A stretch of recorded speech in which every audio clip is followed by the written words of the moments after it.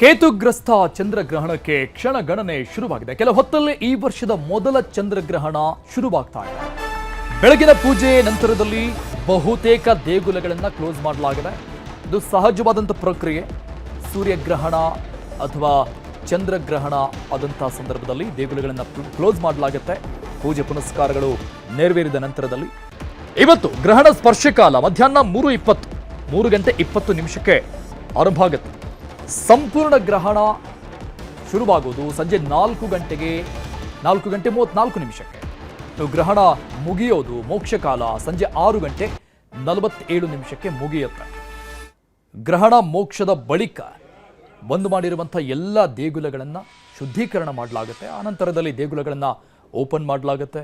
ಕೆಲವು ದೇಗುಲಗಳು ಓಪನ್ ಇದ್ದು ದೇವರ ದರ್ಶನವನ್ನು ಭಕ್ತರು ಪಡಿತಾ ಇದ್ದಾರೆ. ಬಟ್ ಬಹುತೇಕ ದೇವಸ್ಥಾನಗಳನ್ನು, ಪ್ರಖ್ಯಾತ ದೇವಸ್ಥಾನಗಳನ್ನು ಕ್ಲೋಸ್ ಮಾಡಲಾಗುತ್ತೆ ಬಟ್ಟೆಯಿಂದ ಮುಚ್ಚಿ.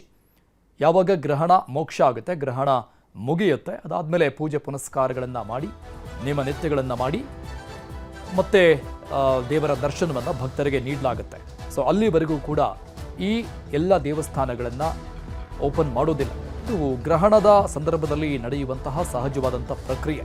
ಇನ್ನು ಭಾರತದಲ್ಲಿ 21 ನಿಮಿಷಗಳ ಕಾಲ ಈ ಗ್ರಹಣ ಗೋಚರವಾಗುತ್ತೆ. ಕಣ್ಣಿಗೆ ನೋಡೋಕೆ ಗ್ರಹಣವನ್ನು ನೋಡೋಕೆ ಸಿಗೋದು 21 ನಿಮಿಷ ಭಾರತದಲ್ಲಿ. ಸೊ ಬೇರೆ ಬೇರೆ ಕಂಟ್ರಿಗಳಲ್ಲಿ ಬೇರೆ ಬೇರೆ ಟೈಮ್ ಅಥವಾ ಡ್ಯೂರೇಷನ್ ಜಾಸ್ತಿ ಇರುತ್ತೆ.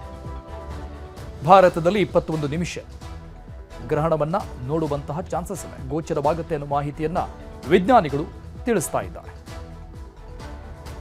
ದಕ್ಷಿಣ ಕನ್ನಡ, ಬೆಂಗಳೂರು, ಬೆಳಗಾವಿ ಬಹುತೇಕ ರಾಜ್ಯದ ಎಲ್ಲ ಪ್ರಖ್ಯಾತ ದೇವಸ್ಥಾನಗಳನ್ನು ಮುಚ್ಚಲಾಗಿದೆ. ಅಂದರೆ ಬಟ್ಟೆಯಿಂದ ಅದನ್ನು ಕ್ಲೋಸ್ ಮಾಡಲಾಗಿರುತ್ತೆ.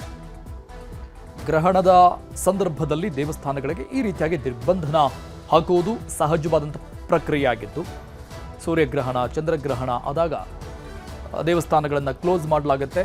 ಪೂಜೆ ಪುನಸ್ಕಾರಗಳನ್ನು ನಡೆಸಿ ಯಾವಾಗ ಗ್ರಹಣ ಮೋಕ್ಷ ಆಗುತ್ತೆ, ಮುಗಿಯುತ್ತೆ, ಆಗ ಮತ್ತೆ ಪೂಜೆ ಪುನಸ್ಕಾರಗಳನ್ನು ಮಾಡಿ ದೇವಸ್ಥಾನವನ್ನು ಶುದ್ಧೀಕರಣಗೊಳಿಸಿ ಅದಾದಮೇಲೆ ಯಥಾ ಪ್ರಕಾರವಾಗಿ ದೇವರ ದರ್ಶನವನ್ನು ಭಕ್ತರಿಗೆ ನೀಡೋದು, ಯಥಾ ಪ್ರಕಾರವಾದಂಥ ಪೂಜೆ ಪುನಸ್ಕಾರಗಳು ಮುಂದುವರಿಯುತ್ತೆ. ಇನ್ನು ಇವತ್ತಿನ ಗ್ರಹಣ ಏನಿದೆ ಈ ವಿಚಾರಕ್ಕೆ ಸಂಬಂಧಪಟ್ಟಂಗೆ ಒಂದಿಷ್ಟು ಚರ್ಚೆಗಳು ಕೂಡ ನಡೀತಾ ಇರುವಂಥದ್ದು. ಈ ವರ್ಷದ ಮೊದಲ ಚಂದ್ರಗ್ರಹಣ ಮತ್ತು ಅನೇಕ ಸಾವಿರಾರು ವರ್ಷಗಳ ನಂತರದಲ್ಲಿ ಈ ಹೋಳಿ ಹುಣ್ಣಿಮೆಯ ದಿನವೇ ಈ ಚಂದ್ರಗ್ರಹಣ ಘಟಿಸ್ತಾ ಇದೆ ಅನ್ನುವಂತಹ ವಿಚಾರ. ಸೊ ಆ ಬಗ್ಗೆ ಒಂದಿಷ್ಟು ಚರ್ಚೆಗಳು ಮತ್ತು ಕುತೂಹಲಕಾರಿ ವಿಚಾರಗಳು ಕೂಡ ಹೊರಗಡೆ ಬರ್ತಾ ಇದೆ. ಸೊ ಗ್ರಹಣದ ಸಂದರ್ಭದಲ್ಲಿ ಒಂದಿಷ್ಟು ನೇಮ ನಿತ್ಯಗಳನ್ನು ಅನುಕರಣೆ ಮಾಡಬೇಕು ಅನ್ನುವಂಥ ಮಾತುಗಳಾಗಿರಬಹುದು.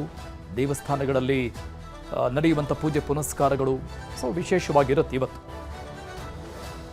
ಕೊಪ್ಪಳ, ಬೆಂಗಳೂರು ಗ್ರಾಮಾಂತರ, ಬೆಂಗಳೂರು ನಗರ, ಬೆಳಗಾವಿ, ಚಿಕ್ಕಬಳ್ಳಾಪುರ ಮತ್ತು ಧರ್ಮಸ್ಥಳ ಎಲ್ಲ ದೇವಸ್ಥಾನಗಳ ಚಿತ್ರಣವನ್ನು ನಿಮ್ಮುಂದಿಡ್ತಾ ಇದ್ದೀವಿ.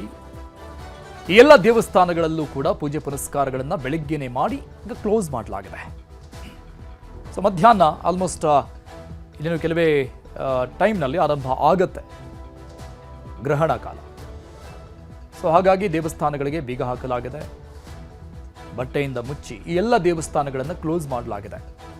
ಸೊ ಗ್ರಹಣದ ನಂತರದಲ್ಲಿ ಈ ಎಲ್ಲ ದೇವಸ್ಥಾನಗಳನ್ನು, ರಾಜ್ಯದ ಪ್ರಮುಖ ದೇವಸ್ಥಾನಗಳನ್ನು ಮತ್ತೆ ರಿಓಪನ್ ಮಾಡಿ ಭಕ್ತರಿಗೆ ಈ ದೈವದ ದರ್ಶನಗಳನ್ನು ನೀಡಲಾಗುತ್ತೆ. ಯಥಾ ಪ್ರಕಾರವಾಗಿ ಪೂಜೆ ಪುನಸ್ಕಾರಗಳು ಮುಂದುವರಿಯುತ್ತೆ. ಕೊಪ್ಪಳ, ಬೆಂಗಳೂರು ಗ್ರಾಮಾಂತರ, ಬೆಂಗಳೂರು, ದಕ್ಷಿಣ ಕನ್ನಡ, ಚಿಕ್ಕಬಳ್ಳಾಪುರ ಮತ್ತು ಬೆಳಗಾವಿ ಎಲ್ಲ ಜಿಲ್ಲೆಯ ಪ್ರಮುಖ ದೇವಸ್ಥಾನಗಳ ಚಿತ್ರಣ ಇದು. ಅಂದರೆ ಬೆಳಗ್ಗೆ ಪೂಜೆ ಪುನಸ್ಕಾರಗಳು ನಡೆದ ನಂತರದಲ್ಲಿ ಹೇಗೆ ದೇವಸ್ಥಾನಗಳನ್ನು ಕ್ಲೋಸ್ ಮಾಡಲಾಯಿತು ಅನ್ನೋ ಚಿತ್ರಣ.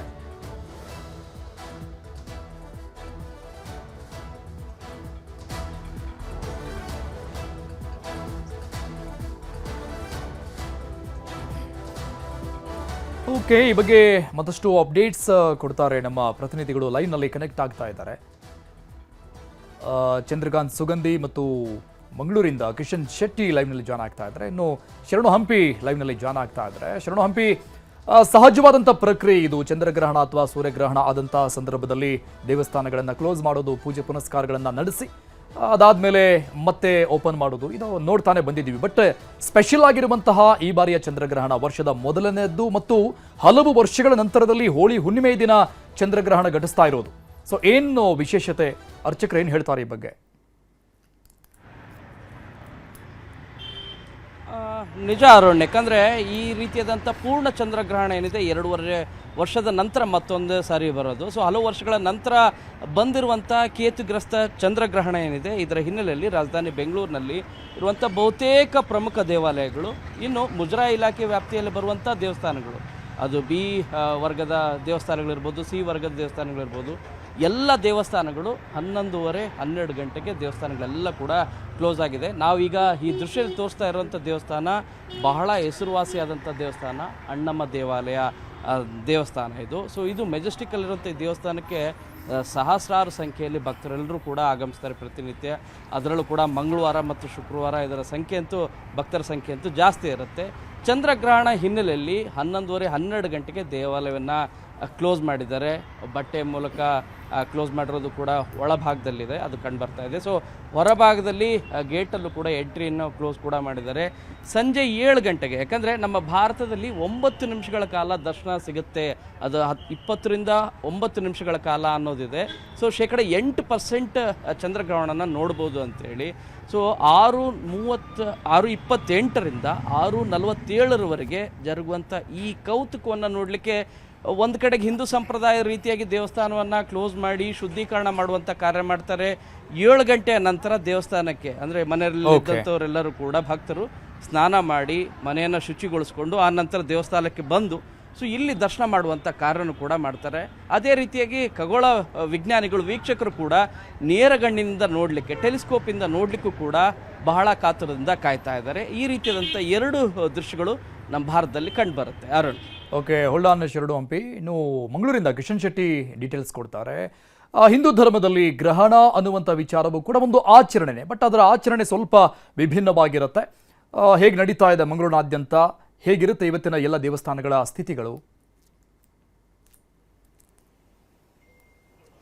ಅರುಣ್, ಕೆಲವು ದೇವಸ್ಥಾನಗಳಲ್ಲಿ ಬೆಳಗ್ಗೆ 9 ಗಂಟೆ ವೇಳೆಗೆ ಮಹಾಪೂಜೆ ಆಗಿ ದೇವಸ್ಥಾನದ ಬಾಗಿಲು ಬಂದಾಗಿದೆ. ಧರ್ಮಸ್ಥಳ ಸೇರಿದಂತೆ ವಿವಿಧ ದೇವಸ್ಥಾನಗಳಲ್ಲಿ ಮಧ್ಯಾಹ್ನ ಸುಮಾರು 1:30 ವೇಳೆಗೆ ಮಹಾಪೂಜೆಯಾಗಿ 2 ಗಂಟೆಗೆ ಕ್ಷೇತ್ರಗಳು ಬಂದಾಗಿದೆ.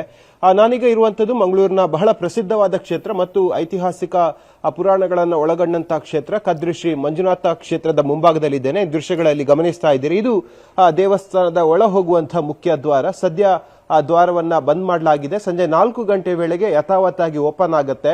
ಇಲ್ಲಿ ಯಾವುದೇ ವಿಶೇಷವಾದ ಪೂಜೆ ಪುನಸ್ಕಾರಗಳು ನಡೆಯೋಲ್ಲ. ಆದ್ರೆ ಗ್ರಹಣ ಅನ್ನುವಂಥದ್ದು ಶುಭ ಅಂತ ಹೇಳಿ ಇಲ್ಲಿನ ಅರ್ಚಕರು ಹೇಳ್ತಾ ಇದ್ದಾರೆ. ಯಾಕಂದ್ರೆ ಆ ಸಂದರ್ಭದಲ್ಲಿ ನಾವೇನಾದ್ರೂ ಮನಸ್ಸಿನ ಇಚ್ಛೆಯನ್ನ ದೇವರ ಮುಂದೆ ಹೇಳಿದ್ರೆ ಅದು ಪ್ರಾಪ್ತಿಯಾಗುತ್ತೆ ಎಂಬ ನಂಬಿಕೆಯನ್ನ ಇಲ್ಲಿನ ಅರ್ಚಕರು ಹೇಳ್ತಾ ಇರುವಂತದ್ದು. ಈ ನಿಟ್ಟಿನಲ್ಲಿ ಇವತ್ತು 4 ಗಂಟೆ ವೇಳೆಗೆ ಇಲ್ಲಿ ಭಜನೆಗಳು ನಡೆಯುತ್ತೆ. ಸುಮಾರು 7:30 ವೇಳೆಗೆ ಗ್ರಹಣ ಮೋಕ್ಷ ಆಗತ್ತೆ. ಆ ಸಂದರ್ಭದಲ್ಲಿ ತೀರ್ಥಸ್ನಾನ ಮಾಡಿ ಮತ್ತೆ ದೇವರಿಗೆ ವಿಶೇಷ ಪೂಜೆಗಳು ಕದ್ರಿ ಕ್ಷೇತ್ರದಲ್ಲಿ ಆಗುತ್ತೆ. Arun, okay, hold on Kishan Shetty. ಮತ್ತು ಬೆಳಗಾವಿಯಿಂದ ನಮ್ಮ ಪ್ರತಿನಿಧಿ ಚಂದ್ರಕಾಂತ್ ಲೈವ್ ನಲ್ಲಿ ಕನೆಕ್ಟ್ ಆಗಿದ್ದಾರೆ. ಚಂದ್ರಕಾಂತ್, ಅಲ್ಲಿ ಹೇಗಿದೆ ಈ ಸ್ಪೆಷಲ್ ಆಗಿರುವಂತಹ ಚಂದ್ರಗ್ರಹಣದ ಆಚರಣೆ?